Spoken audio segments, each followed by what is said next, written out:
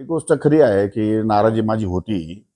परंतु नाराजीच्या पार्श्वभूमीवर अजितदादा पवारांचा मला फोन आला.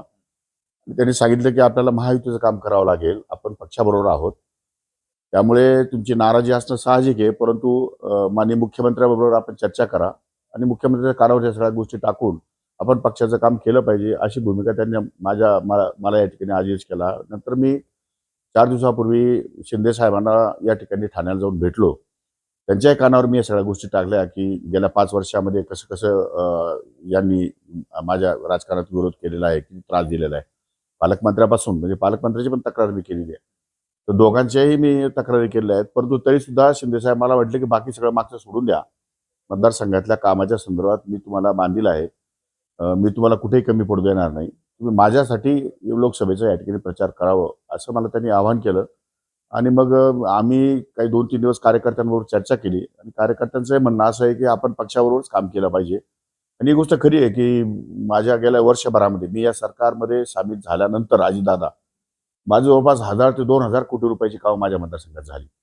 आणि अजूनही मला 2-4 महिने बाकी आहेत. अजून 1000-2000 कोटी रुपये माझ्या मतदारसंघात येतील. तर माझ्या मतदारसंघाच्या विकासाची प्रश्न मी वरखोलिका असल्यामुळे पहिला गोष्ट मी फक्त विकासाला महत्त्व देतो. आणि विकासाचं जर काम होणार असेल, तर मग एखाद्या निवडणुकीमध्ये आपण फार मनाच्या विरुद्ध एखादी गोष्ट केली, तर काही हरकत नाही. कारण शेवटी रबर किती ताणावं त्याला काही मर्यादा आहेत. त्यामुळे आता आम्ही ताणायचं सोडून दिलेलं आहे आणि आजपासून आमची सर्व कार्यकर्ते मंडळी ही लोकसभेच्या महायुतीच्या उमेदवाराच्या प्रचाराला लागणार आहे. पण एकूणच त्या बाबतीत मोठ्या प्रमाणात नाराजी होती. त्यामुळे बोरसे खूप पिछाडीवर गेलेत असं दिसतंय आणि आज एक मुख्यमंत्री पण तेवढ्यासाठी येत आहेत सध्या. नाही, मी अजून त्यामध्ये फार इन्व्हॉल्व झालेलो नाही. त्यामुळे मी लोकांकडून जे काही थोडे फीडबॅक मिळतंय मला, त्याच्यामध्ये थोडीशी नाराजी दिसते. पण ती नाराजी 2-3 दिवसात कव्हर होईल.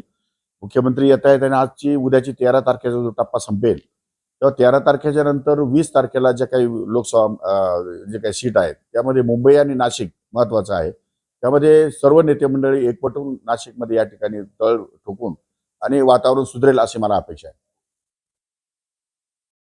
आता पुरा दोन सगळे होते नाही आहे. अरे निवडणुकीच्या काळात लय हळू बोलावं लागतं, लय मॅनेज करावं लागतं.